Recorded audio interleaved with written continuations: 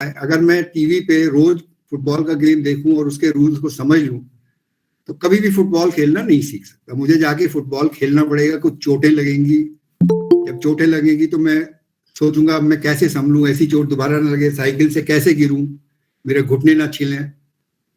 इसी तरह स्टैटिस्टिक्स है। स्टैटिस्टिक्स केवल करने से आ सकती है, ना मेरे भाषण देने से, ना किसी इंस्ट्रक्टर के कॉलेज में टीचर के भाषण देने से या किताब को पढ़ने से। जब मैं पढ़ता था तो एक फंडामेंटल चीज हमारे दिमाग में बिठा दी गई थी कि अगर आपके हाथ में पेंसिल या पेन नहीं है और पेपर नहीं है लिखने के लिए तो आप कुछ नहीं समझ रहे हैं। क्योंकि जब आपके हाथ में पेपर या पेंसिल, किताब भी पढ़ रहे हैं तो पेपर या पेंसिल होना चाहिए। कोई चीज देखी है, नया कंसेप्ट या कोई कैलकुलेशन कहीं किसी ने की है, उसको अपने आप से करके देखिए। जरूरी है किताब में कई बार गलत प्रिंट भी होता है तो वो उसको समझना पड़ेगा। इसलिए एक पेपर पेंसिल सेल्फ स्टडी में भी जरूरी है। उसके कई फायदे हैं। एक तो ये है कि आपने जो लेक्चर सुना है क्लास में, सुन रहे हैं, फिर उसको लिख रहे हैं, लिखने के साथ ही थोड़ा रिवीजन भी वहीं हो गया। तो चीजें नई जब सीखते हैं उनको कई बार सुनना पड़ता है, उनको अपडेट करना पड़ता है, उनको रूटीन में लाना पड़ता है। उनको ये नहीं है कि उसी वक्त सोचेंगे कुछ कर पाएंगे। या तो आपके सारे फॉर्मूले निकालने का तरीका आना चाहिए, तो उतना मैथमेटिकल बैकग्राउंड तो नहीं है आप लोगों के, क्योंकि मैथमेटिक्स शायद आपने कईयों ने 10वीं के बाद ही छोड़ दिया होगा, तो ये थोड़ा सा देखना पड़ेगा। तो मैंने अपना ये जो टॉपिक्स कवर करने हैं उसका एक लिस्ट वो भेज दिया था, राइट अप, और उसके अनुसार हम चलेंगे। बेसिकली मैं कोशिश करूंगा कि जितनी भी चीजें हैं वो हम करके देखें, रादर देन केवल लेक्चर्स दें और वो उसको जो टेक्स्ट है उसी को रिपीट करें, जो कि आपको कई बार पता होंगी। हम कोशिश करेंगे कि हम कैलकुलेशंस को एक्चुअली देखें कि कैसे हो रही है। और मैं इसके लिए पहले बहुत सोचा गया SPSS करें, आर करें। आर एक पैक सॉफ्टवेयर होता है, SPSS, PSPP, बहुत सारे सॉफ्टवेयर हैं स्टैटिस्टिकल एनालिसिस के लिए। तो वो सब के लिए हर उस पैकेज के लिए 1-2 दिन तो ट्रेनिंग प्रोग्राम, कम से कम 4-4, 6-6 क्लासेस तो ट्रेनिंग प्रोग्राम ही चाहिए। इसलिए वो मैंने अवॉइड करके हम एक्सेल शीट का यूज करेंगे, क्योंकि एक्सेल आपके पास इजीली अवेलेबल है और काफी एनालिसिस एक्सेल में भी किए जा सकते हैं। तो हम एक्सेल शीट्स को अवेलेबल, एक्सेल आपके एंड्रॉयड में भी होगी, कई लोग एंड्रॉयड पे भी एक्सेल को यूज करते हैं। तो आपके पास ये होते हैं जो एंड्रॉयड पे वर्ड, एक्सेल, PPT सब कुछ है। और मुझे लगता है कि आज की जनरेशन को हमसे ज़्यादा पता है एंड्रॉयड के बारे में। मैं फ्रैंकली स्पीकिंग मैं व्हाट्सएप नहीं यूज़ करता, मैं ट्विटर पे या जो भी इस तरह के सोशल मीडिया है उनसे मैं बहुत दूर हूँ। मुझे समझ ही नहीं आते, मैं करना ही नहीं चाहता वो, क्योंकि वो केवल टाइम वेस्टेज है। वो उसमें केवल आप जोक्स पढ़ते हैं और कुछ नहीं पढ़ते, और जोक्स की कोई सेंस नहीं होती है। पता नहीं किसने भेजा है, हो सकता है वो आपसे बहुत नीचे की नॉलेज वाला हो या बहुत नीचे की इंटेलिजेंस वाला हो, आपका टाइम बर्बाद कर रहा है वो। तो आप कोशिश करिए कि जितना इन चीजों से दूर रहें उतना ही अच्छा रहेगा। तो आज पहला लेक्चर है।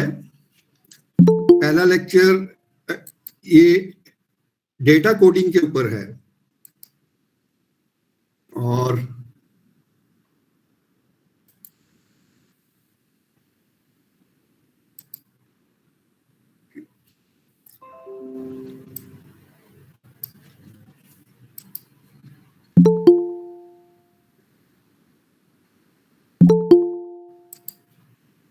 ये आप लोग स्लाइड देख पा रहे हैं? Yes sir. Yes, sir. Yes sir. Okay, good, thank you. तो the topic is data preparation. मैं इसको जरा स्लाइड मोड में लाता हूं। डेटा प्रिपरेशन मैंने इसका लार्जर टॉपिक का नाम दिया है। इसमें 3 चीजें कवर करेंगे, editing, coding and tabulating data. जैसा कि ये टाइटल बता रहा है, डेटा प्रिपरेशन माने प्रिपेयर करना पड़ता है डेटा। एनालाइज करने के लिए ये नहीं है कि हमारे पास क्वेश्चनर भर के आ गए और हम उसको डायरेक्ट एनालिसिस कर देंगे, वो नहीं कर सकते। हम बाजार से सब्जियां खरीद के लाते हैं, आटा खरीद के लाते हैं, वो हम उनको प्रिपेयर करना पड़ेगा खाना बनाने के लिए। सब्जी धोनी पड़ेगी, काटनी पड़ेगी। कैसे काटनी है? हो सकता है फैमिली में किसी को लंबी कटी भिंडी समझ ना आए, या जूलियन कटिंग जो कहलाती है वो ना समझ आए। तो ये प्रिपेयर करना है आपको डेटा, ताकि कोई भी उसको यूज करे तो उसको समझ आए कि क्या करें, कैसे किया गया है एनालिसिस। एनालिसिस का मीनिंगफुल रिजल्ट्स तभी आएंगे जब आप डेटा को प्रिपेयर करेंगे।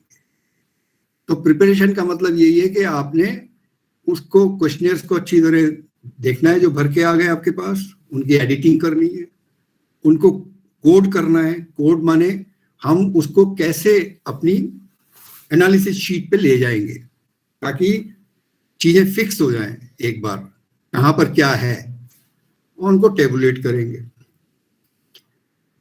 तो आज का सेशन करने के बाद आप क्या कर पाएंगे, मेरा ये इंपॉर्टेंट है। मुझे ये नहीं बताना है कि मैं क्या कर रहा हूं, मैं ये कहना चाहता हूं कि आप क्या कर पाएंगे। तो आप अगर ध्यान देंगे तो आप ये चीजें कर पाएंगे। आप ये डिस्क्राइब कर पाएंगे कि डेटा प्रिपरेशन का मीनिंग क्या है, उसमें क्या स्टेप्स हैं, उनको आप लिस्ट कर पाएंगे। आप ये डिस्कस कर पाएंगे कि डेटा एडिटिंग क्यों करनी, क्वेश्चनर्स की एडिटिंग क्यों करनी चाहिए, और जो गाइडलाइंस हैं कोडिंग के लिए वो आप अप्लाई कर पाएंगे ठीक ठाक। Discuss the role of statistically adjusting the data. Data को कई बार एडजस्ट भी करते हैं आप। भाई adjusting I do not mean कि आप उसको फज करेंगे, ये नहीं है कि आपके डेटा को चेंज करेंगे। स्टैटिस्टिकल एडजस्टमेंट का मीनिंग हम देखेंगे कि डेटा को जो आपके सैंपल लिया है वो अगर रिप्रेजेंटेटिव नहीं है पॉपुलेशन का, तो कैसे डेटा को एडजस्ट करें कि वो सैंपल का पॉपुलेशन का रिप्रेजेंटेशन करे। एक ये भी चीज हम देखेंगे।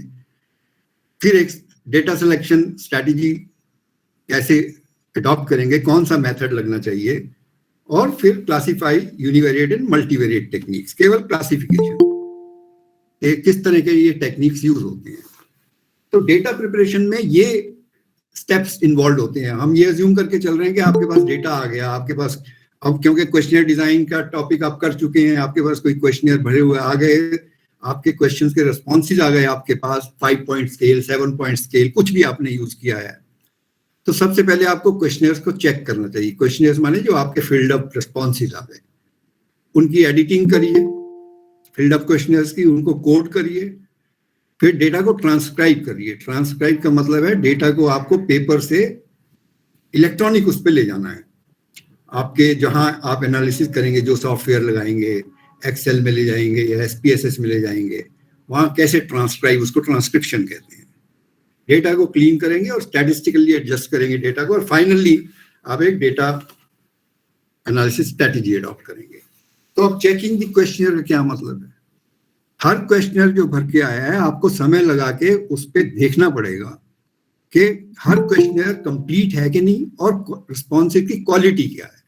ये दो चीजें बहुत इंपॉर्टेंट है, क्योंकि इनकम्प्लीट क्वेश्चनर्स हैं तो आपके रिस्पॉन्सेज ठीक नहीं है, आपका सैंपल साइज कम हो जाएगा क्योंकि आप उनको फेंक देंगे, या आप क्वालिटी ठीक नहीं है तो डेटा का कोई मतलब नहीं है।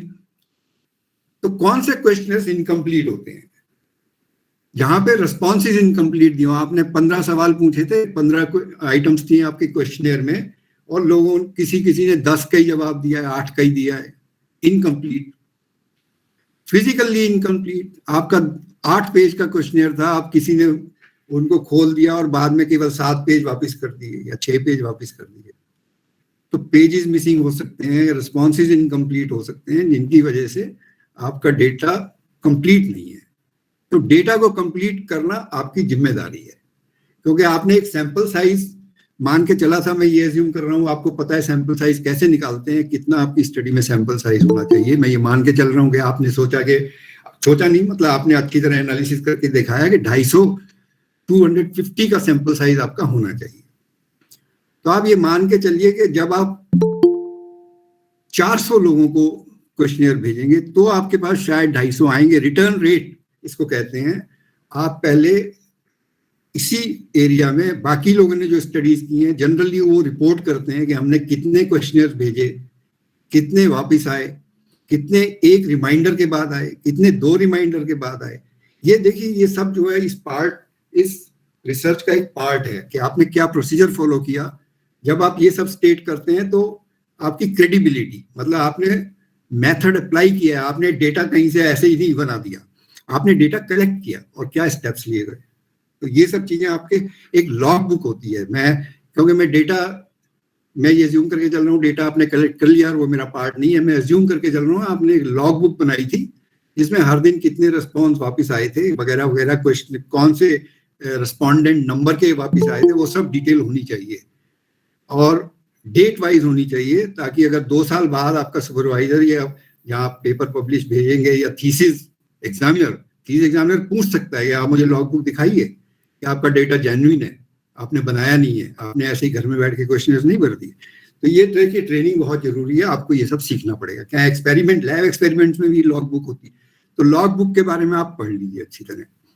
Respondents did not understand, follow the instructions। हो सकता है आपकी इंस्ट्रक्शन ही समझ नहीं आई रिस्पॉन्डेंट्स को, तो आपके क्या रिस्पॉन्सेज आएंगे।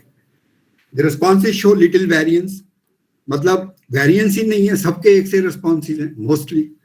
और फॉर एग्जांपल एक रिस्पॉन्डेंट जो है अगर 5 पॉइंट स्केल है तो वो सब जगह 3 पे निशान लगा रहा है, न्यूट्रल है, या इस तरह के रिस्पॉन्सेज जो है वो वेरिएंस नहीं शो कर रहे। किसी भी क्वेश्चनर को एडमिनिस्टर करने का एक इंपॉर्टेंट मीनिंग है वेरिएंस देखना चाहते हैं आप, कितनी वेरिएंस है। अगर वेरिएंस ही नहीं है, पूरी स्टैटिस्टिक्स, पूरी दुनिया वेरिएंस पे आधारित है, अगर वेरिएंस नहीं है तो लाइफ बड़ी ड्रैब हो जाएगी, स्टैटिस्टिक्स भी ड्रैब हो जाएगी। French are considered to be most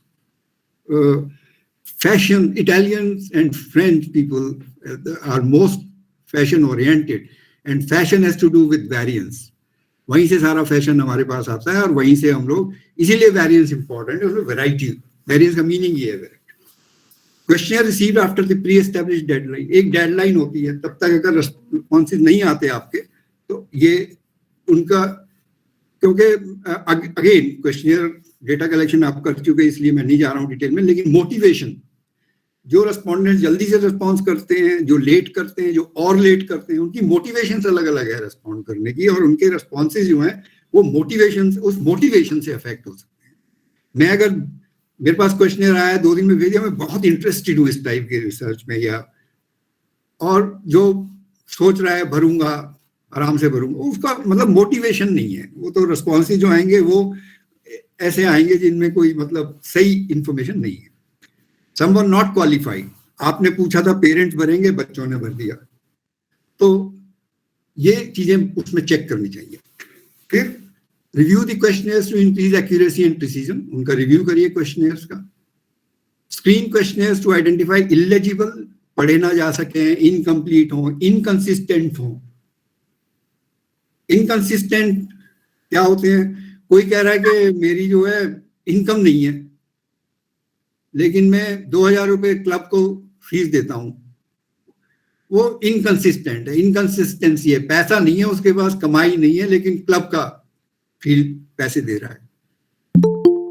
इसी तरह एम्बिगस तो नहीं है रिस्पॉन्स, एब्रेविएशंस। हम लोग ये जो एंड्रॉयड कल्चर आ गया है, इसमें हम लोग जब SMS भेजते हैं वगैरह काफी एब्रेविएशंस यूज करते हैं। Examiners hate abbreviations. Thesis examiners hate abbreviations. If a thesis examiner does not hate abbreviation, then I really don't know. Unless it is a well-established, universally accepted abbreviation. Then treat unsatisfactory responses. उनको आपको treat करना है। आप field में दोबारा जाइए जिनके incomplete responses हैं, मिसिंग वैल्यूज को असाइन करने का। सर एक्सक्यूज मी सर, क्या आप अपनी स्लाइड मूव कर रहे हैं या फिर अभी हम लोग पहले ही स्लाइड पर हैं? नहीं, स्लाइड तो मैं 3री, 4थी, 5वीं पे आ गया, नहीं चल रही क्या? नहीं sir slide is not moving. I am sorry, ये क्या हो रहा है देखता हूं मैं।